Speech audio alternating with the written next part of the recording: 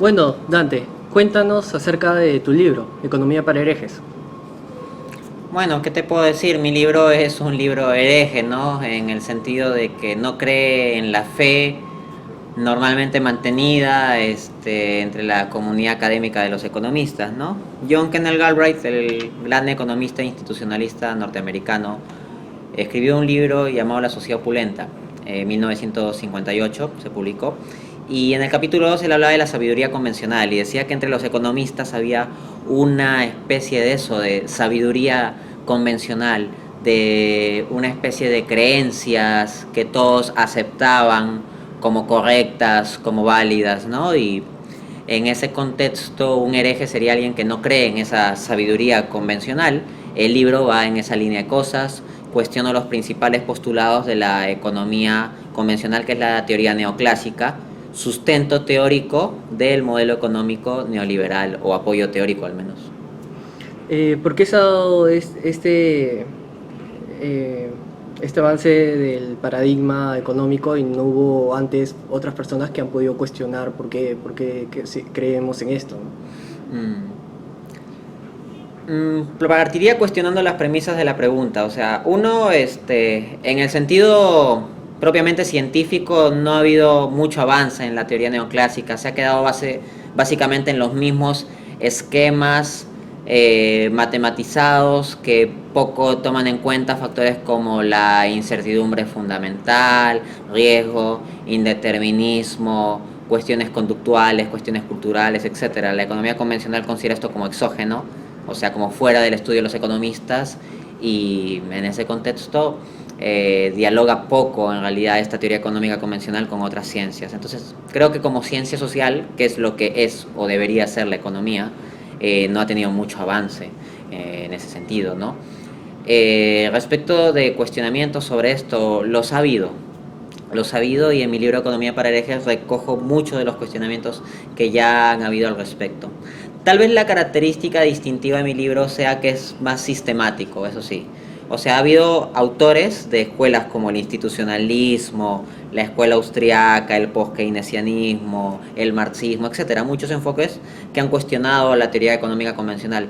Pero claro, son pocos los que han agarrado y tomado las principales unidades y postulados de la economía convencional y comenzar a criticarlos uno por uno, ¿no?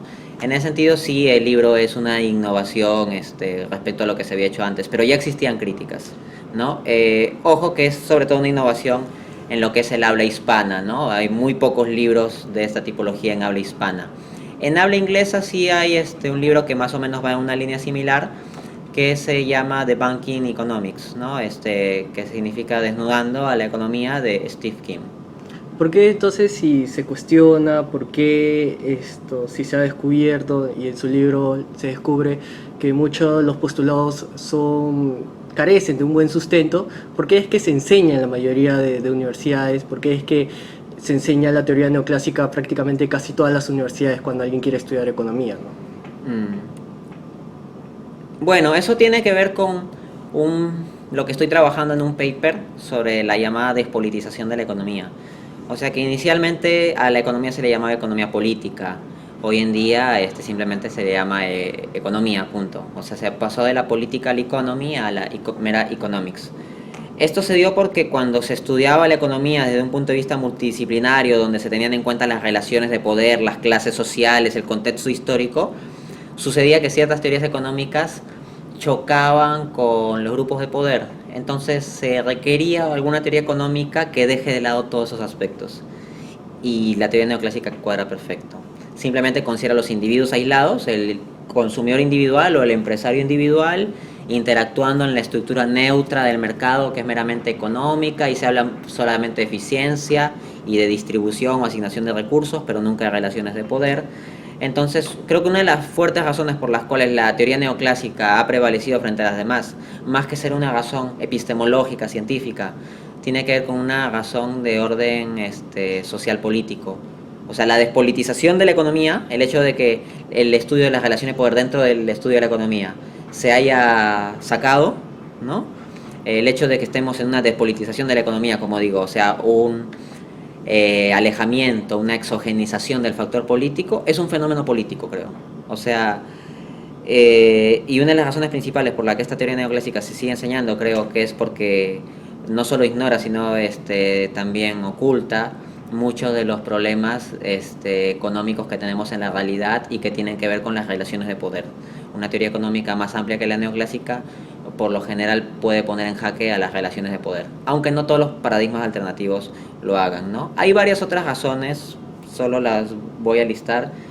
Otro factor, por ejemplo, es lo que yo he llamado flojera epistemológica, ¿no? O sea que los científicos de la economía, tal vez científicos entre comillas, se han acostumbrado a ser formados en este paradigma convencional y abrirse a otras cosas demandaría demasiado tiempo, esfuerzo, e ir más allá de lo que ya saben. Entonces se quedan con esto y lo repiten acríticamente a los alumnos, ¿no? Estos académicos que también son profesores, los alumnos se creen eso, algunos de ellos se convierten en académicos que suelen repetir lo mismo que dijeron sus profesores.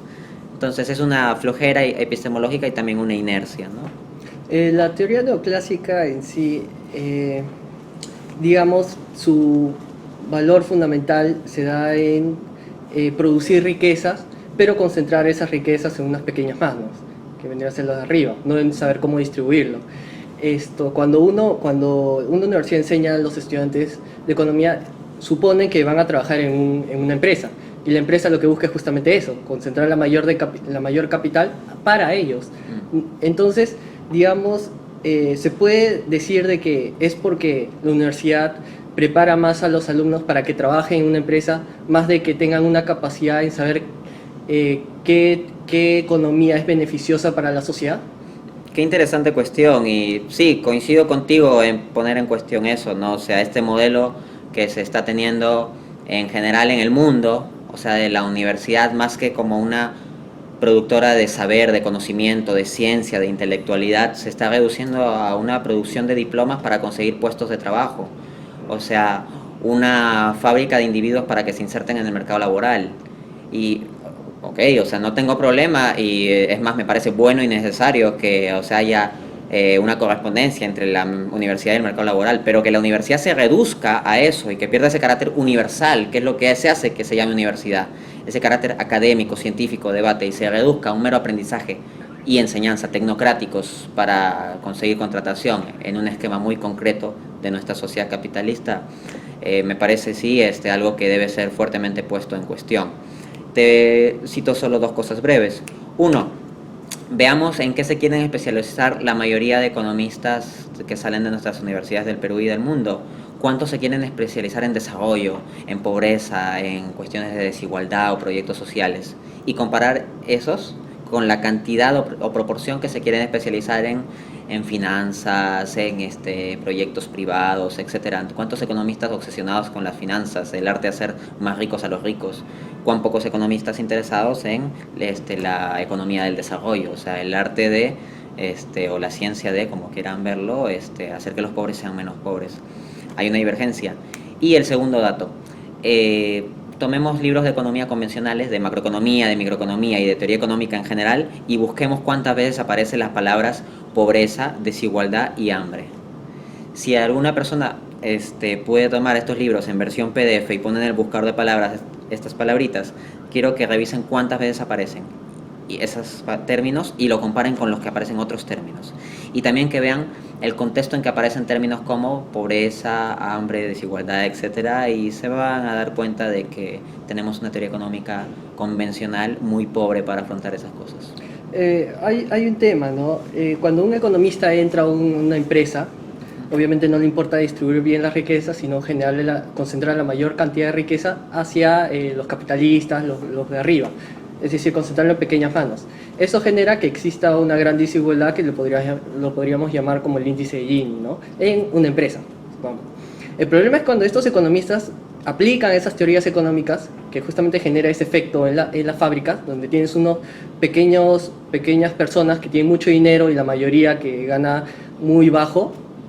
Cuando se aplica esto, cuando estos economistas lo aplican en el país, genera un nivel de desigualdad que justamente está ocurriendo en el Perú. El 5% de los más ricos tiene más del 42% de todas las riquezas, mientras que el 20% más pobre tiene solamente el 5% de todas las riquezas. Vemos ese símil entre el efecto que ocurre en una empresa, en una fábrica, por este economista con el efecto que produce en el país. Vemos que es igual, porque se aplica la misma teoría económica. La pregunta es, se debería enseñar, se debería enseñar otra teoría económica para aplicarlo al país y otra para aplicarlo en cada empresa? Definitivamente va a haber principios económicos que se cumplan en general o que deban respetarse en general, pero al mismo tiempo y definitivamente hay especificidades, ¿no?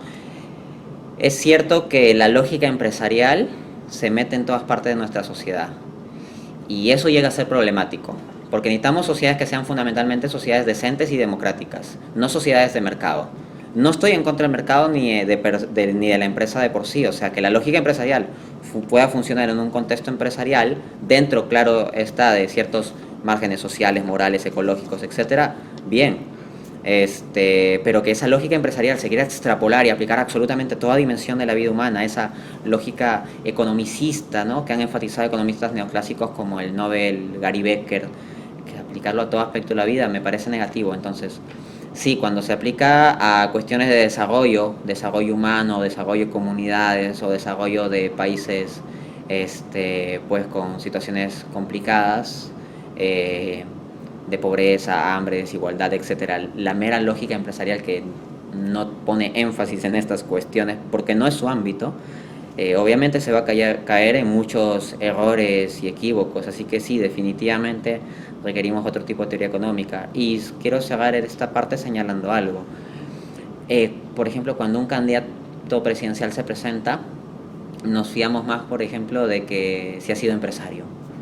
Y si este candidato presidencial puede tener estudios profundos o una experiencia interesante en cuestiones humanísticas, sociales, cuestiones de ese tipo, a veces la gente no lo valora o lo desdeña con algún adjetivo, a veces mete todo eso en el mismo saco y dice, esas son cosas caviares, y se lo despacha, ¿no?, de frente, ¿no? O sea, de que creo que un presidente debe tener cierta mentalidad empresarial, sí, pero de que deba reducirse a eso, no. Y esta actitud de la población de buscar eso y de dejar de lado que un presidente debe tener, o un gobernante debe tener también una perspectiva moral, sociológica, humanista, cultural amplia, o sea, esto debe ser así y creo que se está olvidando en nuestra sociedad peruana. Claro, con eso podríamos decir de que en las universidades se enseña economía, no cuál es la mejor teoría económica que hay, sino cuál es la que le va a funcionar a ellos según los requerimientos del mercado. Es decir, no según su calidad, sino según su función. A ellos les va a servir la teoría neoclásica porque les va a servir para cuando trabajen en una empresa, no porque sea la mejor para aplicar, sino porque les va a servir para el tema corporativo, y las universidades enseñan según los requerimientos del mercado. Lo que yo diría más bien es que la teoría neoclásica no pone en cuestión ciertas cuestiones de relaciones de poder en cuanto a la sociedad y la empresa, ¿no? Pero no necesariamente afirmaría que es la mejor teoría para comprender ni siquiera la empresa. De hecho, en mi libro Economía para herejes cuestiono fuertemente la comprensión que se tiene sobre las empresas desde la teoría neoclásica. Por ejemplo, en el capítulo 4 critico esta idea de la maximización de beneficios, o en el capítulo 3 hablo también sobre el sistema de distribución de ingresos, incluso dentro de las empresas. Y me parece que aportes de enfoques como el regulacionismo, la economía institucionalista, la economía conductual, el paradigma raffiano, etcétera, etcétera, creo que nos puede dar una comprensión más cabal, amplia e interesante de lo que son las empresas y cómo funcionan. Y la demostración de esto es que en las facultades de administración de empresas, no en la facultad de economía, sino en las facultades de administración de empresas, se ve muy poco de lo que nos pasamos discutiendo los economistas de teoría de la empresa. Los empresarios o los futuros empresarios que estudian en facultades de administración no ven a la teoría neoclásica como algo verdaderamente relevante. Y los economistas que se forman para trabajar en empresa, más que aprender teoría microeconómica neoclásica, están aprendiendo ciertas técnicas de manejo de estados financieros, de contabilidad, o llevan curso de planeamiento estratégico que ya están fuera de los esquemas teóricos de la microeconomía neoclásica e incorporan otras cosas, ¿no? Pero por supuesto todo esto se da en un esquema relativamente neoliberal, también hay que decirlo, ¿no? Entendiendo que el neoliberalismo es algo más amplio que la mera teoría neoclásica, pues. Ahora, acerca de su libro, ¿nos podría describir los puntos más importantes en el cual ataca a la teoría neoclásica? Los puntos más importantes de mi libro es que yo ataco a la teoría neoclásica en sus puntos más importantes. O sea, en su teoría del consumidor, como verlo como un ser racional, meramente maximizador de beneficios, que puede procesar bien toda la información y que no es manipulable, ¿no? El capítulo 1. El capítulo 2 cuestiona la noción de función de producción, que es clave en toda la teoría micro y macroeconómica, ¿no? O sea, de que combinamos factores productivos como capital y trabajo para obtener un producto, y se hace todo un conjunto de análisis matemáticos que han construido los economistas neoclásicos. Creo que bastante de eso está mal hecho y hasta tiene contradicciones lógicas, cosa que argumento y demuestro incluso con algunas ecuaciones en ese capítulo. El capítulo 3 sobre la distribución de los ingresos definitivamente es una guerra clave porque tiene que ver con cuestiones de desigualdad social, y con cuán legítimo es el orden económico que tenemos como forma de organización no solo económica, sino social, porque la sociedad está imbuida siempre en un contexto económico y no se pueden disociar, ¿no? El capítulo 4 aborda el mito de la maximización de beneficios, ¿no? O sea, cuestiona la idea de que las empresas actúen como si siempre maximizaran beneficios.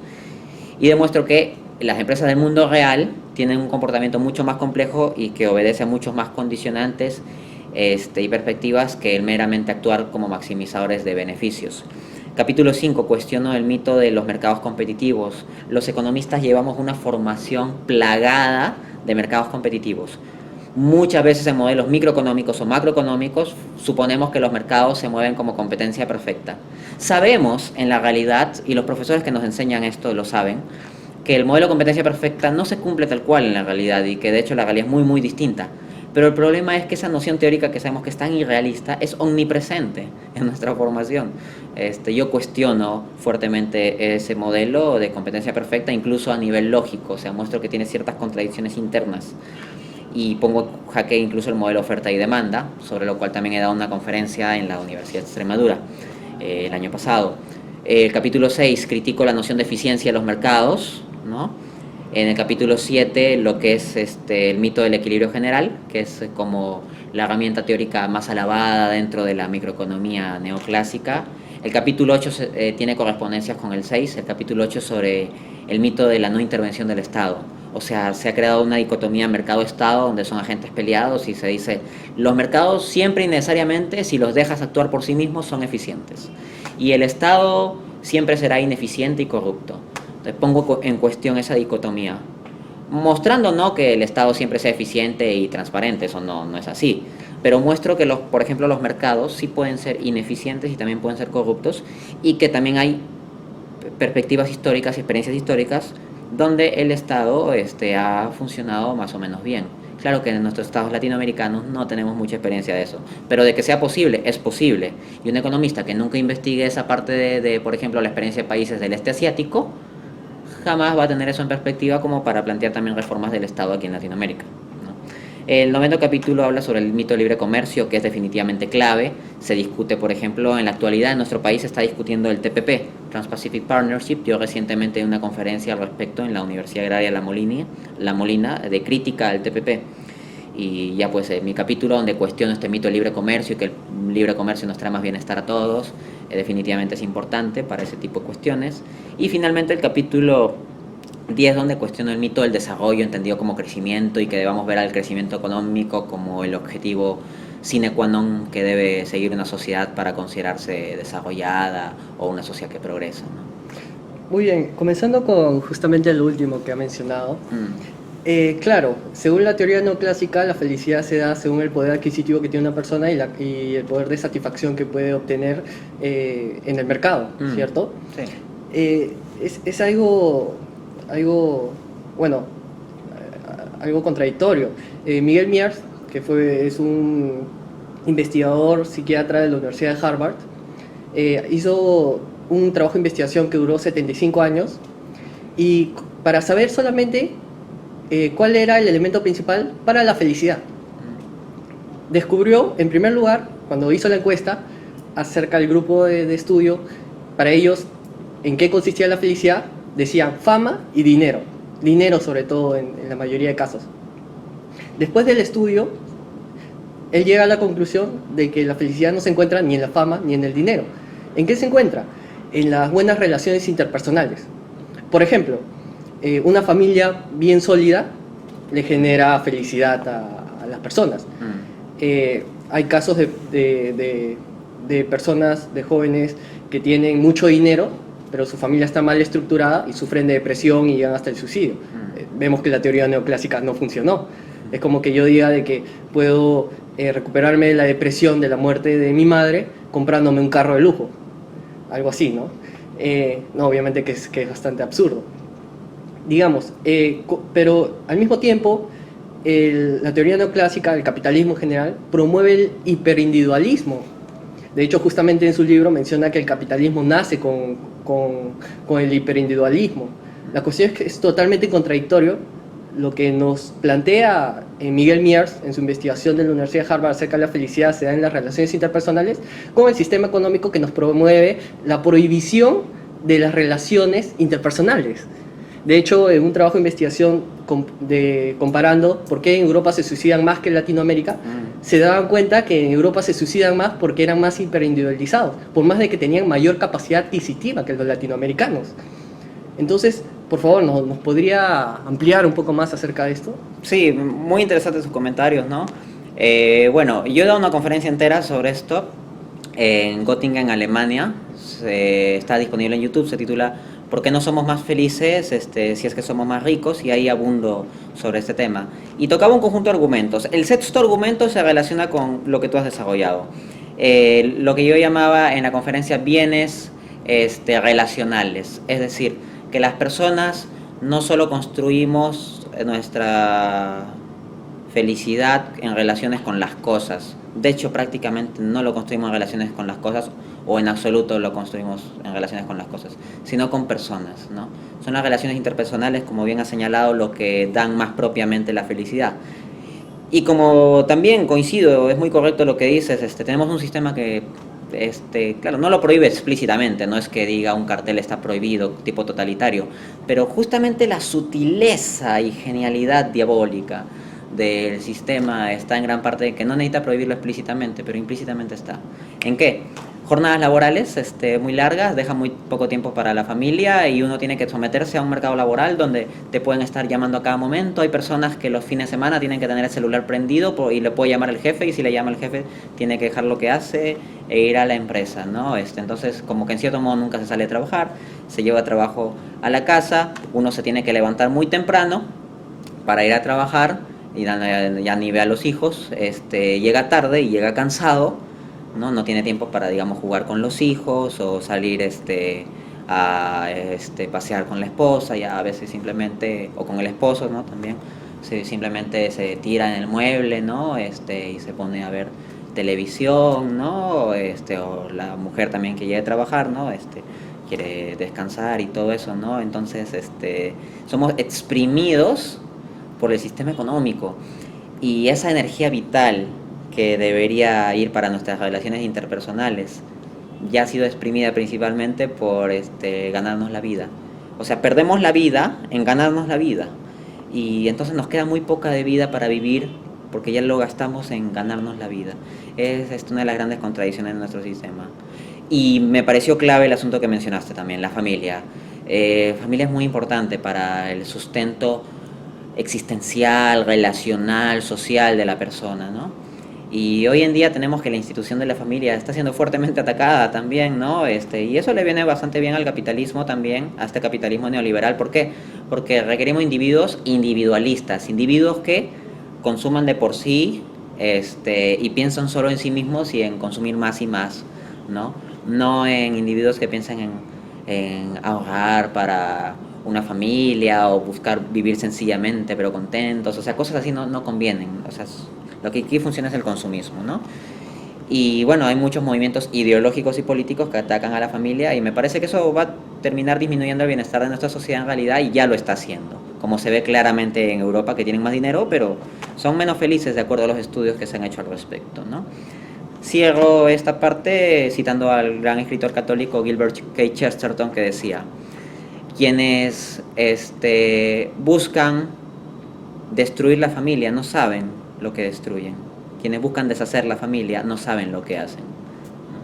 Claro, Eric Fromm incluso en su libro Miedo a la Libertad mencionaba cómo el hiperindividualismo traía justamente infelicidad, porque te volvía alguien envidioso, alguien que desconfía de los demás, alguien, eh, digamos, depresivo, al fin y al cabo. Mi pregunta es, eh, justamente mencionando lo que dice esto, ¿cómo cambiar esto? Por ejemplo, en el caso bueno, del capitalismo, se busca pues el hiperindividualismo y la gran producción y compensarlo con el tema económico. En el comunismo se trata de sacrificar la parte económica para compensarlo en las buenas relaciones interpersonales que puede tener una comunidad. ¿Cómo podemos llegar a ese equilibrio? De generar riquezas, pero al mismo tiempo buenas relaciones. A ver, al menos dentro de un esquema marxista, o sea, claro, el comunismo es un ideal donde se acabó la alienación del trabajo y las personas son naturalmente solidarias y colaborativas, ¿no? Entonces suena muy bonito, o sea, eso que nos planteaba Marx sobre el comunismo, ¿no? Pero al mismo tiempo hay que ver, o sea, digo, dentro del esquema marxista, cómo es que planteaba que se llegara a eso, ¿no?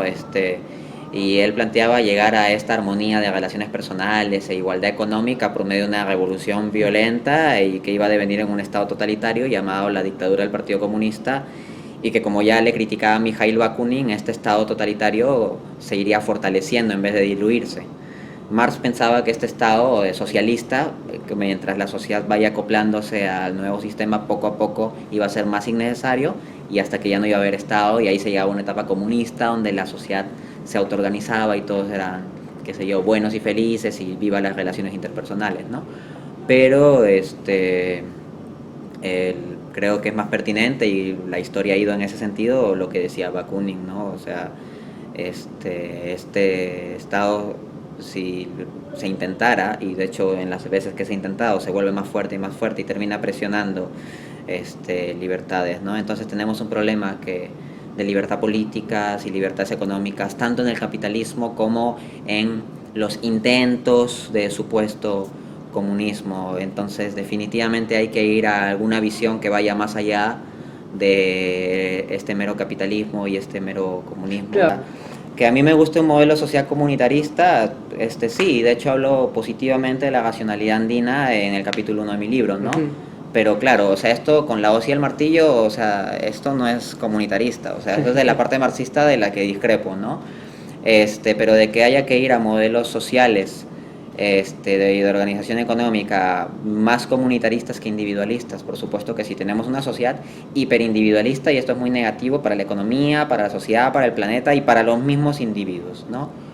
Pero la vía no creo que debería tener que ver con la hoz y el martillo, ¿no? Pero esa es otra cuestión también. Bueno, ¿usted cree que la organización se debería dar desde abajo, como menciona Mario Bunge, como lo menciona Stuart Hall en su autobiografía de 1873, John Dewey en su libro sobre la educación y democracia, Bertrand Russell en su publicación de educación, que menciona que este tipo de socialismo liberal, porque ellos se consideraban socialistas liberales, tenían que ir desde la educación, que en vez de que sea una educación hiperindividualizada como la que tenemos ahora, sea una educación comunitaria, donde los alumnos se ayuden unos a otros y no compitan unos a otros. Justamente uno de sus libros cita a Mario Bunge, de su libro Filosofía y Economía, como nosotros somos empáticos antes que competitivos. Entonces, la educación ha aportado a que seamos hiperindividualistas. Yo me acuerdo en el colegio cuando había un examen, el típico, ¿no? No te copies, o cuando ponen la lista, las posiciones, ay no, yo le tengo que ganar al otro, ¿cuánto sacaste? No, yo tengo que sacar más. En vez de educarnos para conformarnos como un grupo y avanzar todos, vemos lo contrario. Sí, me parece importante porque este modelo hipercompetitivo, que no es una cosa de adultos, o sea, ya desde los niños, o sea, ya eres condicionado por estigmas como la carita feliz o la carita triste, o sea, desde pequeños se nos forma para competir, para ganar, para pasar por encima de los demás, para ser el mejor. Y eso deviene en una obsesión por los resultados. Y el punto es que si hay una obsesión por los resultados, si hay una obsesión por los fines, puede ser que uno se valga de los medios que sean necesarios para lograr los fines y estar por encima de los demás, lo cual nos lleva pues a un esquema, llámese así, maquiavélico, donde se comienza a perder la ética, ¿no? Donde el engaño, el soborno, la corrupción, etcétera, termina siendo el camino para el éxito social, político, económico, muchas de las veces, no siempre, pero en muchas ocasiones. Y en sociedades como la nuestra, con institucionalidad frágil, donde este tipo de conductas, cuando incurren no solo en inmoralidades, sino ilegalidades, no se sancionan, claro, lleva a que este tipo de situaciones se sigan reproduciendo y que crezca una brecha de desigualdad social en que si eres honesto no vas a progresar mucho. Hay esa idea, ¿no? Entonces se ha creado también en nuestra misma sociedad peruana esta idiosincrasia del vivo, ¿no? El vivo, el pendejo, el que sabe sacarle la vuelta a la ley, etcétera, ¿no? Ese no es un buen camino para el desarrollo, no lo ha sido y no nos está funcionando, ¿no? Al menos en Europa por esa vía tienen instituciones más sólidas y ahí no tienen esa mentalidad del vivo, más bien alguien que se esté pasando las leyes, normalmente no lo ven como un vivo, sino, o sea, como alguien tonto. Uno de los temas que justamente mencionó, que está en su libro, es el mito de la no intervención estatal. Es algo muy curioso porque Estados Unidos es absolutamente intervencionista, sobre todo en cuanto a sus importaciones. Desde los años 80, incluso después de su liberalización económica en el 79 con Ronald Reagan, cuando Toyota entra a su mercado, le destruye los tres fábricas de automotriz más importantes que tenía Estados Unidos, que eran la Ford, la General Motors y la Chrysler, creo que se llamaba el tercero. Y ante eso Estados Unidos comienza a poner políticas proteccionistas, donde incluso Toyota tuvo que aliarse con General Motors para poder producir y vender en Estados Unidos.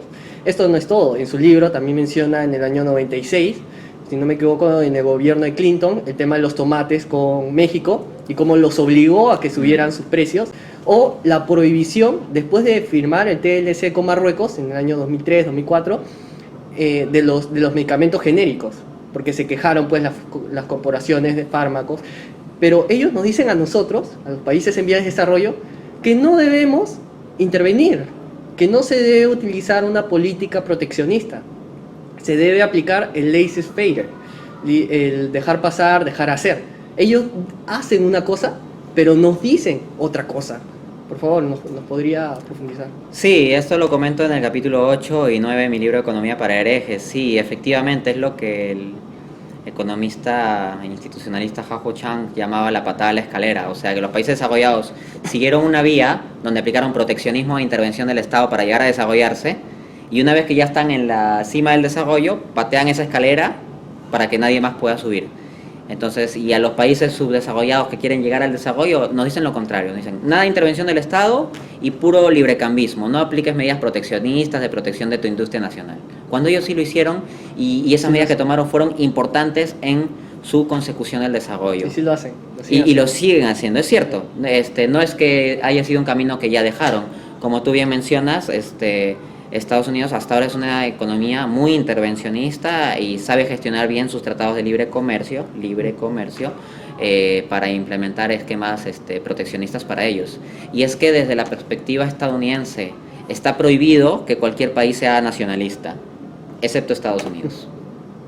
Claro, algo muy curioso es que Estados Unidos, para nosotros entrar al mercado de Estados Unidos, debemos pagar 4 veces en aranceles más de lo que Estados Unidos paga cuando quiere entrar a los países en vías de desarrollo, ¿no? Y por ahí ya vemos una gran desigualdad, pues.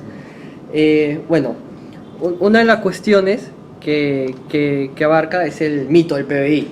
Esto es algo sumamente importante porque en el periodismo siempre se menciona el PBI, y usted de seguro cuando usted ve las noticias en la parte económica dice el Perú ha crecido porque el PBI ha crecido. Y por favor.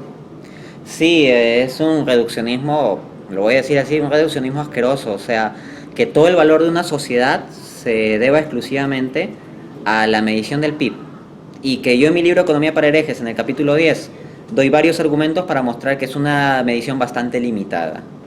Uno, hay muchas actividades informales e incluso ilegales que son producción. O sea, ya desde el mero punto de vista económico, que son producción, no están incorporadas en la medición del PIB. La desigualdad, tú puedes tener un nivel de producción que se reparta todo eso entre el 80% de la población y el 20% que no coma nada y se muera de hambre. Pongo una situación hipotética extrema, pero lo que quiero decir es que el PIB no tiene en cuenta para nada la distribución. O sea, no te dice nada sobre cómo se está distribuyendo ese crecimiento. Al mismo tiempo, el PIB no incorpora los llamados pasivos ecológicos. O sea, si tú tienes mucho crecimiento económico, pero con actividades que dañan fuertemente al medio ambiente, ese daño al medio ambiente nadie lo valoriza. Eso debería, si se valorizara económicamente, hay diferentes métodos, restarse al PIB, ¿no? Y así, entre otras limitaciones. Por ejemplo, empresas extranjeras que están en territorio peruano y todas las utilidades se le llevan al extranjero, de todas maneras se contabilizan el PIB. ¿Por qué? Porque está dentro del territorio peruano, aunque no llegue al bolsillo de la persona peruana. Y estos mismos argumentos, o sea, como estamos en un contexto de Perú, hablo de Perú, pero vale para Colombia, Chile, cualquier país, ¿no? Stiglitz, Premio Nobel de la Economía, mencionaba justamente el año 2007, si no me equivoco, una publicación que justamente el PBI no se debería medir. Que algo más, un poco más exacto, igual insuficiente, pero algo más exacto, era el ingreso nacional. ¿Usted qué le parece esta premisa de Stiglitz? Claro, va precisamente al último punto que mencionaba, o sea, el ingreso nacional tiene que ver con lo que reciben los factores nacionales de producción. Es decir, un peruano que esté en otro país, digamos en Holanda o Países Bajos propiamente, ¿no? Que esté en Países Bajos y tenga su empresa y genere utilidades, eso debería contabilizarse. Eso es más coherente contabilizarlo en la riqueza del país que estar contabilizando muchas empresas extranjeras que la mayor parte de los beneficios se van para afuera, ¿no? Por más que estén localizadas en territorio peruano. Es la diferencia pues entre el PIB y el PNB, Producto Nacional Bruto, o también Ingreso Nacional Bruto, ¿no? Claro, bueno. Una de las cuestiones que justamente mencionó fue la mala distribución. Y es que el Perú, las riquezas están pésimamente distribuidas. Acá el 20% más rico tiene 55% de las riquezas y el 5% de los más ricos tiene más del 42% de las riquezas. Cuando, por ejemplo, en Suecia, que es una socialdemocracia, el 20% de los más ricos tiene aproximadamente 34% de todas las riquezas. La pregunta es, con un índice de Gini que incluso en la actualidad es mayor que el de Estados Unidos, a través de las mismas políticas neoliberales, ¿se puede reducir esa desigualdad o justamente el problema es seguir ese modelo neoliberal, el que promueve esta desigualdad económica? Definitivamente el problema es seguir con ese modelo neoliberal, cosa que ha argumentado con bastante detalle Thomas Piketty, ¿no? De hecho, mi crítica a Piketty no fue tanto que, o sea, no fue para nada, mejor dicho, una crítica de derechas en el sentido de decir, oh Piketty, ¿cómo te atreves a criticar el capitalismo si capitalismo es perfecto? De hecho, mi crítica a Piketty en la conferencia que di en Alemania era en el sentido de que era más bien poco profunda, que era superficial. O sea, el problema es que se le había dado demasiada publicidad a una crítica tampoco que era la última Coca-Cola del desierto, ¿no? Entonces, efectivamente, este modelo neoliberal tiende a abrir brechas de desigualdad. Lo que se hace es subsidiariamente plantear políticas de Estado así como para darle un poco de cosas a la gente y que no moleste al sistema, ¿no? Y esta misma gente se termina identificando con eso, se cree el mito de que solo este sistema trae el progreso y que eso les chorreará algún día, o que si se educan o si trabajan duro podrán hacerse ricos, y entonces defienden también ese sistema. A veces te encuentras gente ultraderechista entre los estratos más pobres de la sociedad. Claro, un tema acerca del neoliberalismo y por qué, digamos, podría funcionar en los países... Continúa. Esto de los países desarrollados es que el neoliberalismo lo que busca es que se produzca la mayor cantidad de riquezas, y obviamente siempre va, por más de que va a haber desigualdad económica, pero al producirse gran cantidad de riquezas, los de abajo también van a crecer de manera desproporcionada con los de arriba, pero los pobres no van a terminar siendo tan pobres. Es decir, hablar, por ejemplo, que 20% de la población estadounidense, por ejemplo, tenga el 5% de las riquezas, de lo que representa la riqueza de Estados Unidos, es un montón de plata. Entonces, por más de que hay mucha desigualdad económica, los pobres no terminan siendo tan pobres. Pero para esto se necesita dos factores: un gran comercio a nivel internacional o un gran mercado interno, para poder vender todas las riquezas que produces. O sea, de nada sirve producir riquezas si no las vas a vender. Y vemos que eso no se aplica a nuestra realidad. Es decir, eso se aplica en los países desarrollados y que por eso les puede funcionar ese modelo que es totalmente desigualitario, pero en una realidad como la nuestra simplemente no funciona. pero igual así estamos empecinados en imitar ese modelo económico. ¿Qué le parece? A los países desarrollados les ha funcionado un poco ese modelo, aunque tenga desigualdad, pero eso se ha puesto en jaque con la misma crisis, ¿no? Cuando la crisis financiera comenzó a golpear a Estados Unidos y Europa, la situación social, laboral se volvió muy precaria, así que hasta allí mismo se puede poner en cuestión. Aquí definitivamente, o sea, hay mucha mayor precariedad, con un alto grado de informalidad en el empleo, rotación laboral, empresas formales que trabajan con esquemas de tercerización, que también son explotadores, contratos solo así de corto plazo, temporales o a destajo, etcétera, etcétera. O sea, tenemos un contexto sí en que la población más pobre es especialmente vulnerable, ¿no? Muy distinto sí a estados de bienestar como por ejemplo los estados de bienestar europeos, donde la población más pobre, o sea, puede tener muy bajos ingresos, pero puede tener acceso a educación gratuita de calidad, servicios sanitarios, un servicio eficiente de transporte público, etcétera, ¿no? Bueno, hay una cuestión. Justamente ya que mencionó a Piketty, él en su libro La crisis en el capital del siglo XXI, en el siglo XXI, mencionaba de que los países que su recaudación fiscal era entre 10 a 15% sobre su PBI eran países pobres. Y lo que se debería buscar es ayudarlos para crear su estado de bienestar. Este es el caso peruano. Nuestra recaudación fiscal está entre 11 a 13% sobre nuestro PBI. Entonces, digamos, se aplica. ¿Usted está de acuerdo con esa premisa que da Piketty sobre cómo se debería afrontar esos países que tienen una recaudación fiscal tan pobre? Sí, no, en el sentido de que sí estoy de acuerdo con su diagnóstico de que hay una recaudación fiscal baja en los países pobres, pero al mismo tiempo creo que, como creo que también cuestioné en la conferencia, Piketty está demasiado centrado en el tema de impuestos y los impuestos simplemente se derivan del tipo de estructura económica que tienes. Así que poner en cuestión, o sea, pretender solucionar el sistema por medio de impuestos, sin un cambio sustancial del sistema mismo, es un tanto dudoso, ¿no? Pero definitivamente requerimos mejores bienes públicos y eso requiere mayores impuestos, ¿no? El problema también es que cuando tenemos la experiencia de estados ineficientes y corruptos, nadie quiere pagar más impuestos tampoco porque decimos eso se lo llevan esos ladrones al bolsillo, etcétera, etcétera, ¿no?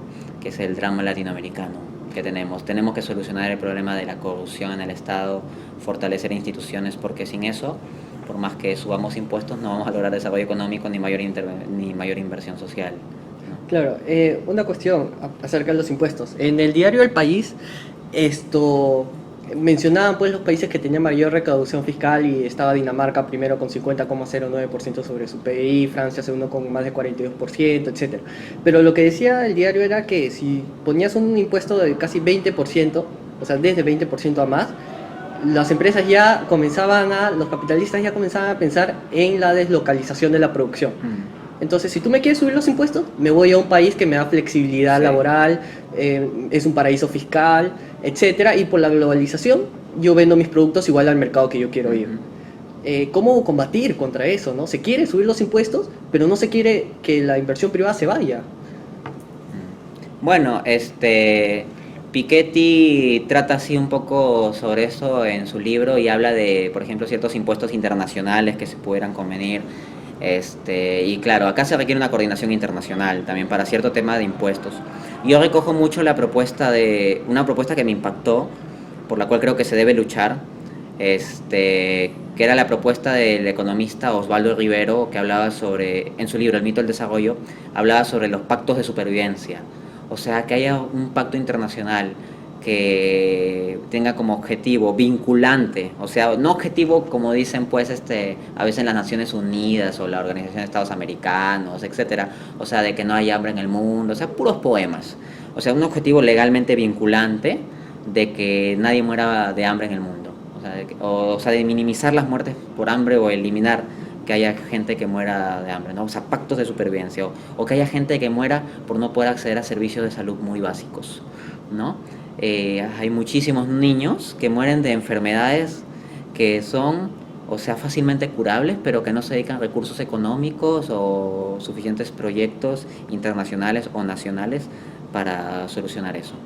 Entonces, Claro que las empresas privadas tampoco lo van a hacer, dado que se mueven por el lucro, o sea, esa población de niños que mueren, o sea, por enfermedades básicas en África o ciertos países de Asia y Latinoamérica, no tienen poder adquisitivo pues para pagar investigación o infraestructura o tecnología médica o medicamentos específicos, ¿no? Entonces no les es rentable, tiene que haber una intervención internacional ahí. Y para ello requerimos fondos y tiene que haber impuestos internacionales que sean vinculantes, ¿no? Y eso minimizará un poco este efecto de que las empresas apenas le pones regulaciones laborales, fiscales, ecológicas, dicen, ya me voy de este país y voy a otro. Porque eso lleva a un problema en que los países compiten a la baja por quién es el que da condiciones más fáciles. Es como que tuviéramos un esquema de profesores donde la única variable que importa es aprobar el curso con la mayor nota y los profesores entonces compiten a ver quién pone el examen más fácil. Así. Y que termina generando que los alumnos en verdad no aprenden. Igualmente, en este sistema de globalización las sociedades en realidad no se desarrollan. Okay. Bueno, ahora vayamos a la parte política, digamos, que es la que los economistas normalmente tratan de evitar cuando se les hace una entrevista porque no quieren polarizar, etcétera. De los 4 candidatos que estaban en los 4 primeros de la primera vuelta, ¿con cuál concordaría más en su teoría económica? Su teoría económica. En su política económica, disculpe. Ya, porque claro, sobre lo primero te iba a decir que no estoy muy seguro de que hubiera mucha profundidad en teoría económica. Y esto hablo incluso de Pedro Pablo Kuczynski, ¿ah? O sea, que es un economista muy reputado al parecer, ¿no? Pero vamos a ver qué ha escrito, cuál es la relevancia académica, científica, cuáles son sus aportes intelectuales, académicos, científicos en el mundo de la economía. Muy poco. Compara a alguien como Kuczynski con Rafael Correa. Veamos la carrera académica de Rafael Correa, que también es economista, ¿no? Rafael Correa tiene libros, papers, o sea, tiene aportes académicos, ¿no?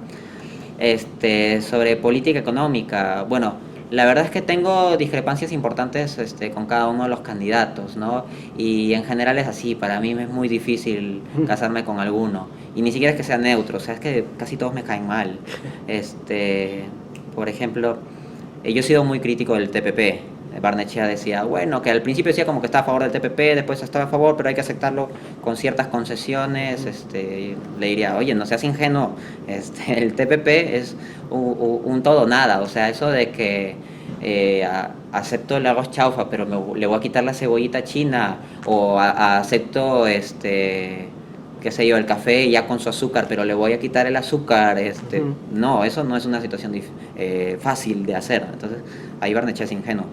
Y más ingenuo en el sentido de que decía que iba a contradecir o iba a ser una alternativa al modelo económico fujimorista y termina llamando como asesor a alguien que ha estado pues apoyando o asesorando este mismo modelo económico fujimorista. O sea, es curioso. Es como que yo sea presidente y ponga el ministro de Economía, digamos, a Milton Friedman si estuviera vivo.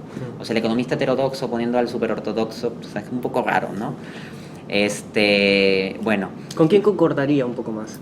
Es que como te digo, tengo discrepancias serias con todos.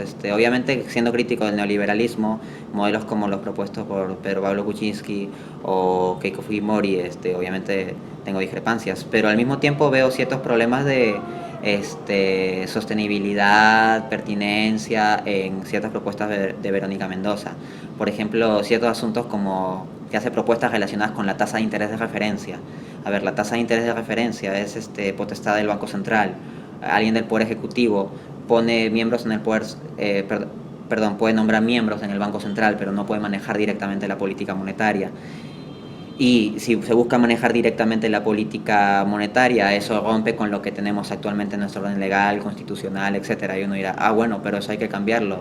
Ya puede ser, pero poner en cuestión todo eso puede llevar también a ciertos peligros. O sea, no estoy seguro de que los cambios vayan a ser los más pertinentes, o puede también crear un clima de mucha desconfianza, que puede ser un shock fuerte para la economía. O sea, es cierto, necesitamos cambios, pero al mismo tiempo necesitamos que esos cambios sean viables. Y si los ponemos de un modo tal que nos ponemos problemas de viabilidad, al final se terminan frustrando esos cambios. Que ha sido el gran drama de las propuestas de izquierda cuando han llegado a gobiernos, ¿no? O sea que al momento de viabilizar, al momento concreto ya, las propuestas interesantes o bonitas se enfrentan con todo un conjunto de correlaciones de fuerzas complejas que no les permiten, o incluso ellos mismos terminan cometiendo errores, ¿no? Y una cuestión importante, o sea, si tienes un poder ejecutivo, digamos, y imaginemos que hubiera ganado Verónica Mendoza, o sea, pero si tienes una mayoría de Congreso fujimorista, o sea, en la práctica no haces mucho y hubiera terminado siendo un gobierno light, más de discurso, que de hecho es por ese asunto de el Congreso, y eso también pondría en cuestión de, o sea, porque la gente puede confiar en un candidato, pero no en el partido. Y esto nos lleva al problema también de nuestro país y de las naciones latinoamericanas del personalismo, o sea, que se vea la figura, que si es tiene mucha experiencia o buen empresario, o es que es hija de tal, o que es bonita, etcétera, o sea, ese tipo de variables Claro. no vienen al caso, ¿no? Otra cosa es que Verónica Mendoza plantea también un tema de, o sea, subir impuestos, ¿no? Y nuevamente ese tema de... Restituir, en verdad, porque lo que ha ocurrido es que se exoneró de impuesto a las empresas de tercera categoría, que fue una exoneración de 3 puntos sobre el PBI, que a mí me parece pues totalmente infame para las necesidades que tenemos en el sector público. Ok, pero claro, el tema es que de acuerdo a lo que tenemos ahorita, o sea, sí es una subida, ¿no? Pues estamos hablando de una perspectiva de lo que hay ahorita. El problema es que cuando uno ve los planes de formalización que plantea Verónica Mendoza, el énfasis en la formalización y al mismo tiempo subir impuestos, sí, eso también puede implicar algunos problemas de viabilidad. Una cuestión, bueno, ya que habló de izquierda, usted en su video acerca de si el capitalismo tiene futuro, justamente menciona de que lo que una sociedad debería buscar es que todas las personas intervengan en el tema de la producción y que ganen coherentemente con lo que producen, digamos. Tendríamos una sociedad armoniosa a nivel económico. Digamos que la izquierda se busca eso, ¿no? Se busca que todos participen en la producción y que se gane coherentemente con lo que produce, no necesariamente igual, pero sí coherentemente. ¿Usted se consideraría por esa parte políticamente, en la política económica de izquierda? A ver, haría la distinción entre medios y fines. O sea, considero que los fines que plantea la izquierda definitivamente son necesarios, no solo buenos o loables, necesarios para que una sociedad funcione. Sociedades democráticas y cultas como Francia reconocen esto y también en las urnas, ¿no? Entonces, de que los fines que plantea la izquierda sean buenos, necesarios y que haya que implementar políticas en esa dirección, sí. Pero eso no significa que al momento de la realpolitik, o sea, al momento de, o sea, la experiencia histórica de cómo funcionan los partidos de izquierda y cómo llevan al cabo las cosas en la práctica, esté de acuerdo con eso.